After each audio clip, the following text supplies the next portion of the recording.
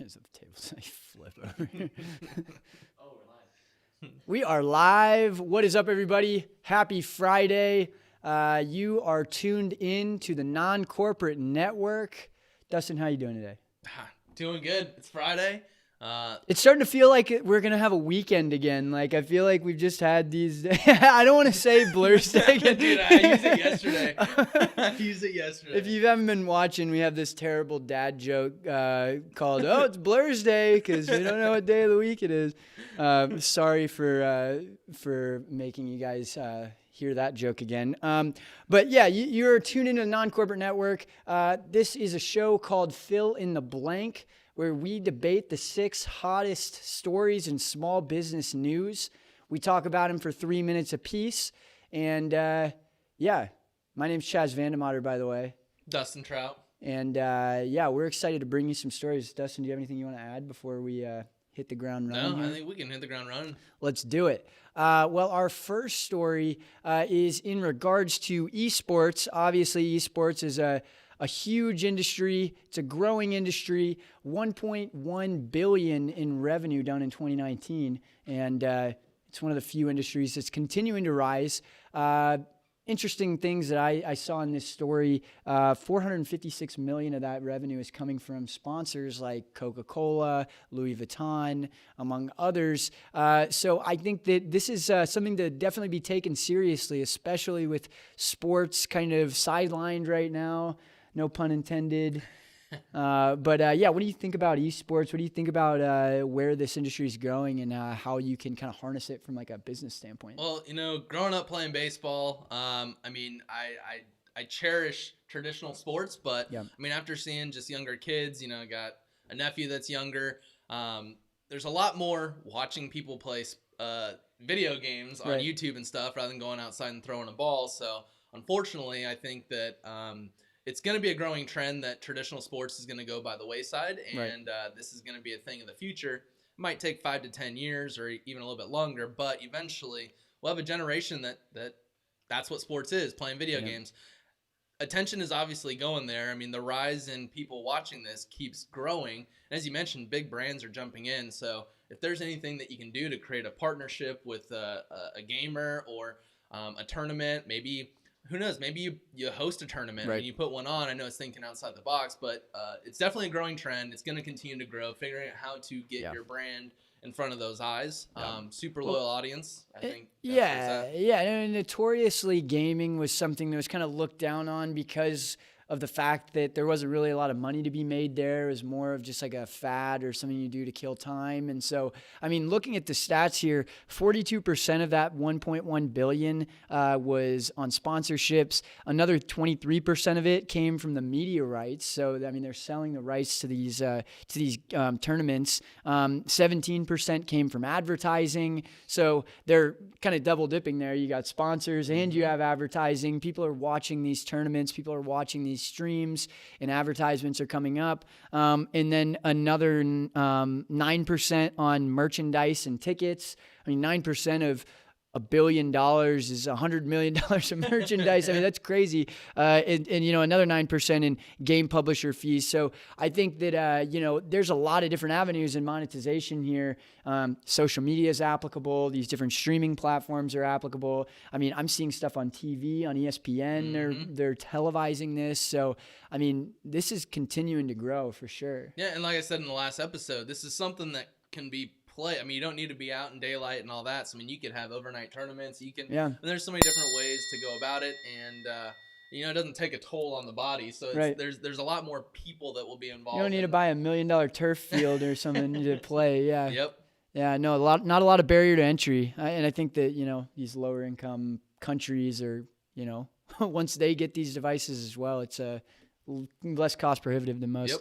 Yep. Okay, yeah, moving on. So Postmates is working on delivery robots, and they currently have a staff that's helping chaperone those delivery robots. If you're not familiar with Postmates, it's kind of like Grubhub, Uber Eats. You order your food online on their app, and they deliver it to you for a nominal fee. They pay the business pays them to have the stuff on their app.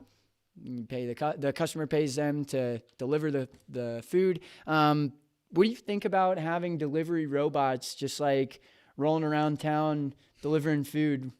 Well, I mean, we saw the like last week, literally a little robot on the sidewalk.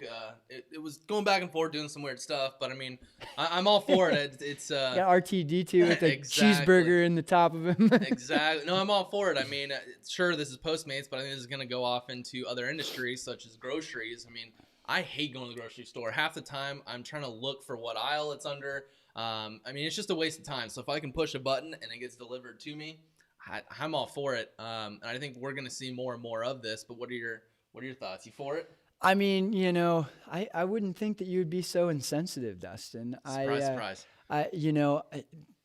We got a job crisis right now. People are going to eliminate jobs for these are roles that are accessible. These are some of the only jobs that are available right now is the grocery store stocker, the delivery person. Like these are the things that are blowing up right now and that are allowing for businesses to hire. So, phasing out and cutting people off at the knees, it's like, what are we going to do? I mean, if we have 4 million people that are unemployed, like, the last thing that I think we should be doing is trying to phase out more jobs, especially with these lower hanging, not super high skill jobs that anybody can kind of just go and do and supplement their income. I hear you, but I'm tired of that argument. I mean, we had the Industrial Revolution come through.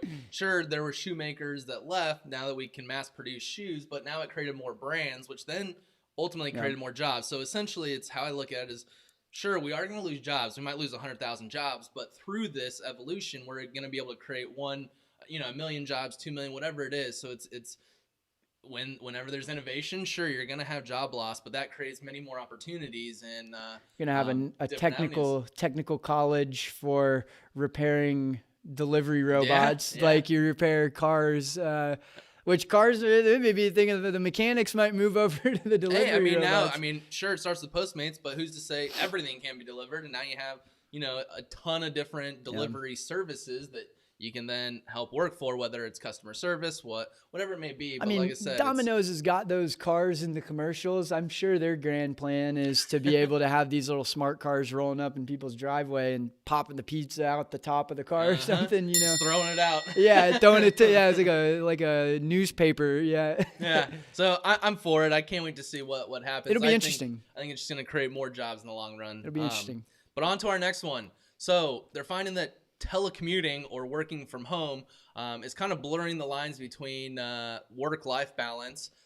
We've talked about it a couple times, stay-at-home orders and stuff like that. More people are working from home. Anything new, there's always going to be, let's see what happens, and we have to be kind of reactive to it. So I think what it boils down to is just creating process, creating the agenda for your day. Like we mentioned, most people are working in their bedroom or their bed. And so there is no distinction between going to bed and work and all that. And I think it's just creating different work spots. But I think it's work-life balance that plays big on the mental side of things. And outside of just the blurred lines, I think I mentioned it on the impact it has from a mental perspective. Yeah. What are your thoughts on it was reported that over 50% of people are now wanting to work remote now that they've gotten a taste of it. But you guys are entrepreneurs watching. Not everybody is an entrepreneur. Not everyone's cut out to do it. Not everybody is cut out to make their own day and hold themselves accountable and be productive and get the things done they need to get done. I know I have a team of 6 remote people on our software company, and it's great in a lot of ways. It's convenient in a lot of ways, but there's a lot of downfalls as well. And I think that we're looking at these silver linings of, work remote and I don't have to be exposed to the virus. And it's like, I get it, but there's going to be a loss of productivity to an extent in terms of, you're having nonverbal communication that is being taken away if you're just on phone calls with people. There's no accountability where somebody's sitting right next to you working. You're trying to reach out to people. You can't get a hold of them where they normally would be in the office. So I just don't think that everyone's cut out to be an entrepreneur, and working remote is synonymous with being an entrepreneur, in my opinion. And so I'm weary that the productivity of workers is going to go down because of this. Yeah. Once we get out of this, I think it all boils down to just give the employees choice. Maybe you force people to come in once or twice a week, but to your point, there's a lot of unproductive things that can happen, but it all boils down to creating that process. Maybe you guys have, 10-minute check-ins 3 times a day just to kind of get a pulse on where things are. I mean, there's so many different tools and apps that you can use. I know you've mentioned Trello, we use ClickUp, stuff like that, that you can help prioritize people's day and get insight into what people are working on. But I mean, it's big change. It's not normal. And with that, it's not status quo. You're going to have to figure out how to create process around it. And what are the things that you do in order to make sure that everyone's productive. I mean, I've seen stuff where there's some apps now that are tied to work productivity apps that give you points, and those can be redeemed for gift cards or whatever. So you're kind of incentivizing it. I mean, to me, that's what a paycheck is. You're incentivizing work. But, I mean, you just hear so many people talk about, I got to homeschool my kids now while I'm working. It's like, how the heck is that working? Like, there's no way that you're doing as much, And so I think that, everybody's talking about, we have a little bit of a slowdown with all this. It's like, get people back in the office, I think, is going to help turn that around. But I digress. What's our next point here? Next up, Starbucks. So they have seen a 65% increase in same-store visits week over week. They're, I think, 90% open across the country. Obviously, there's some states, some cities that are forcing them to stay closed, but for the most part, they're reopened, and people are not only going, but they're coming back for more. Right. I love this. It's definitely a huge turning point in all the negative, media that's been out there. I mean, outside of where you should be spending your dollars, I don't know if, a $5 coffee is the best, but it's a sign that people want to go out and be in places and go purchase. What are your thoughts? Well, I mean, and I don't know how much of this is because of this, but I know that, like, I got to give a shout out to guys like Elon Musk, like Dave Portnoy, that over the last couple of weeks have been very vocal about there's no stuff if we don't make stuff, and there's nothing that is going to happen to the economy if we don't stimulate it ourselves. And so I think that this kind of media push of these business leaders and advocates of let's get back to it has really kind of changed the perception, at least from some standpoint, as it relates to what people were willing to do 2 weeks ago to now. And so, I mean, I love seeing this. They lost $1 billion in sales, estimated sales over the last 3 months. And so these types of businesses are the lifeblood of the economy to an extent. And so as much as we look down on the businesses from the PPP loan perspective and go, you guys got a lot of cash, you're fine. It's like, we need these businesses to do well. Small businesses are going to, need to continue to grow as well. But these big businesses becoming bigger and, making money, I think is a good sign for us. So I'm glad to see people going back. Yep. No, I'm excited to see getting out of this. I think everyone's ready to get back. The economy needs to come back. I've heard here, there's a couple clients that we have that said, their sales are up quite a bit. And they're brick and mortar coffee houses and stuff like that. And so it's just good news hearing that things are coming back. It's a little crazy seeing the unemployment spike. Have you seen there's something that shows over a time lapse, and all of a sudden it gets to 2020, and it's just it's insane. So it's in our best interest to get everyone back to work, but not only are they opening, but people are coming back and spending money, and that's obviously a good thing. Yeah, let's keep it going. That's it's a scary time, but I think that at first when Starbucks announced it was going to be opening up, it was like, how could they? 2 weeks ago, it was like, how could they open up? And now it's like, awesome, 85% of the stores are open, and the next 15% of them are going to open up in a couple more weeks. And so it's like, I think that things change quick, and the media is crazy. So I'm glad that these personal brands are kind of evangelizing, let's get back to it. I think it shows the power of how they can influence people. So open up, open safe. Let's get things rock and rolling again. Love it. On to our next story, TikTok. They can't seem to stay out of fill in the blanks headlines. Yeah, they're all over there. But they actually just acquired a new executive, and actually from Disney. So it seems like it was a younger exec before. They've been getting a ton of bad news. So is this a move to where they're going to bring someone in that has a bit more experience? It's going to help them kind of navigate the waters to not be so negative. I kind of like the move. I like seeing where they're going. They've blown up, bring in some more experience, help guide the ship so they can stay out of the bad news. Yeah, I mean, what better way to relate to 15-year-old girls than to have like a 45-year-old, 50-year-old executive come in and add his 2 cents. I mean, I look at this and I mean, you know my reservations about TikTok and the fact that Tencent owns a lot of it. Tencent's a big Chinese corporation, and so I'm already kind of weary about it. I mean, it's smart. Think about what what this guy's been exposed to in terms of acquisitions. I mean, Hulu, ESPN, Fox, ABC, History Channel, A&E, FX, the list goes on. So it's like, I think that they are in the boat of, we're not necessarily a social media company as much as we're an entertainment company.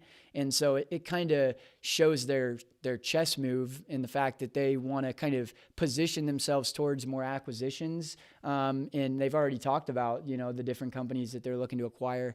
I forget the name of the first one they were talking about, but it'll be interesting to see. I mean, I'm not super stoked to see like a Chinese corporation going and acquiring a bunch of businesses and creating this multi-headed platform. But I mean, is that what you think, that they're going to go down and be more of an entertainment play more than a social media play? I mean, it seems to be that. I mean, and you think about like they're still trying to work on getting the advertising right. And it's interesting to see. I mean, they're trying to figure out ways to monetize it, because that's the biggest thing. It's a reason that Vine died, right? There's so much attention on it, but there was no money coming in compared to the amount of costs they were paying for servers and et cetera. And I mean, you got a big company that's running the ship, but I think they know now, like, we need to figure out how to monetize this thing ASAP, and who better to build off of than a company like Disney and what they did. And so, I mean, it's going to take them, getting some strategic acquisition, getting some monetization going in order to survive. Yeah, I've seen quite a few ads recently just from TikTok saying, this is all the white space. It's what Facebook used to be in the golden years. Advertise with us. So I mean, to your point, I think they're realizing that with no money you can only last so long, and so I think they're on a huge push to figure out how to monetize. And so I mean, do you think that bringing on this exec, he's going to go rogue, or do you think keep figuring out how to blur the lines of data collection, or you think he's going to help kind of set him straight? Think about like Disney has just as much, if not more, personal data about people just off of the theme parks and the information they get from you. I mean, you're giving them your photo ID, among other things. Like, so, I think we forget that. And, if Disney has gone around and stood for what they stand for, but in the background, taking all this data, have all this data, it makes me scared about TikTok, and they've already been in the news for data breaches and taking data, selling data. And so it kind of rubs me a weird way. So, I mean, we'll see how it pans out. And I mean, hopefully we can have faith in this, but we'll be cognizant, people. We'll see. On to this next one. I'm excited because, last story. You talk about this quite a bit. So yeah. What happened to Skype, man? What happened? Skype, Microsoft, what are you doing? This was your time. 14 years in the making. Skype was around for like 7 years before Zoom was even created. I don't understand how they missed out on this wave of video conferencing. It's mind-boggling to me. I mean, they have a verb, Skype, in the Webster dictionary, yet they couldn't figure out how to monetize their platform. I mean, they saw some increase in usage, of course. But their numbers have been dropping for years, and it blows my mind that, we see companies like Zoom taking off, finding ways to monetize, yet Skype seems to be kind of left in the dust compared to Zoom and Hangouts. But yeah, what do you think about the state of Skype and what happened? I hate Skype calls. Anytime I see a Skype link, I'm like, really? I don't like Skype. But I mean, it's interesting. Like you said, they've been around 14 plus years. Yeah. But they made a move over to Microsoft Teams, which, again, not a fan of. They're just not a good interface.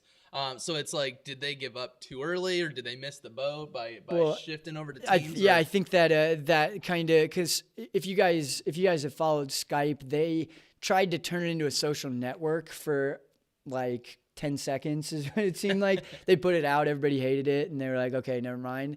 And then next thing you know, they buy LinkedIn, and then next thing you know, they launch Microsoft Teams. And I think that they were trying to just shove product out the door when they saw this whole thing happening. I mean, Microsoft Teams wasn't really even on my radar until they were like, oh, pandemic, remote work, like we got to get this out. And so I think it came at a bad time for them where they were kind of trying to reposition. And I'm sure some of the Skype technology went into Microsoft Teams, but it just doesn't make sense to me. Like, why is it even a business still if they're not putting any emphasis on, making it better or monetizing it? It doesn't make sense, Microsoft. Like, what's the play there? I don't know. Yeah, I mean, was it a marketing thing, or did they just not innovate and make features that people want? Right. Because it seemed like it was just always a barrier to actually use it. Again, just not good for the consumer. Zoom and this other app, what's the other app? House Party are both in the top 3 apps downloaded in the U.S.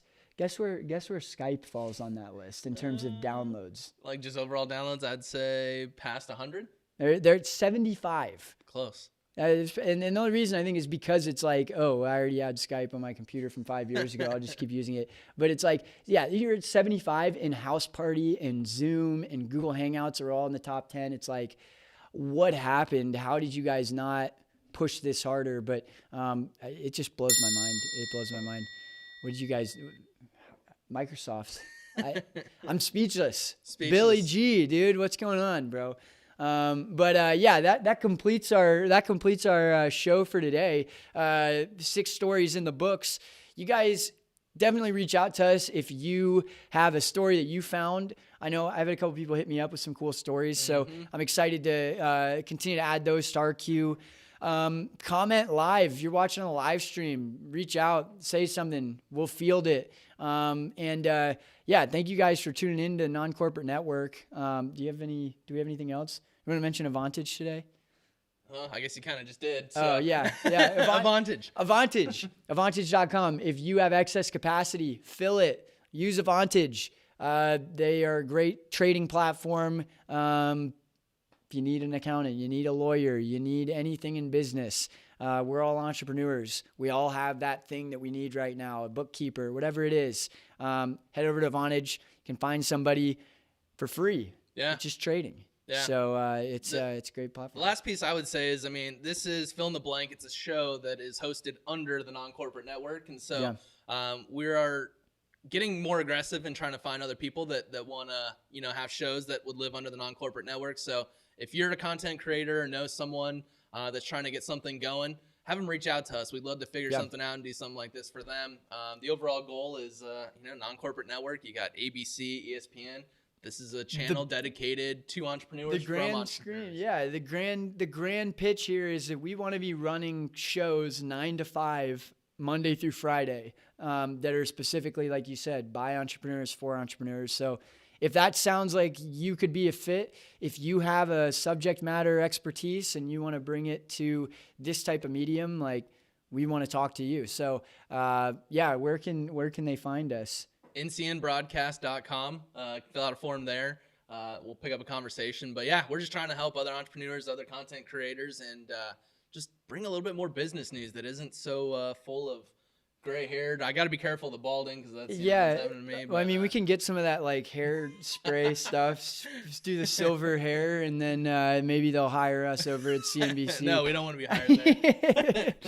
Well, thank you guys for tuning in. Thank you for taking a look today. And we'll be back Monday, Wednesday, Friday. But until then, get out there, hustle, enjoy your weekend. Don't work too hard, but we know you're going to be glued to your laptop anyway. So good luck. And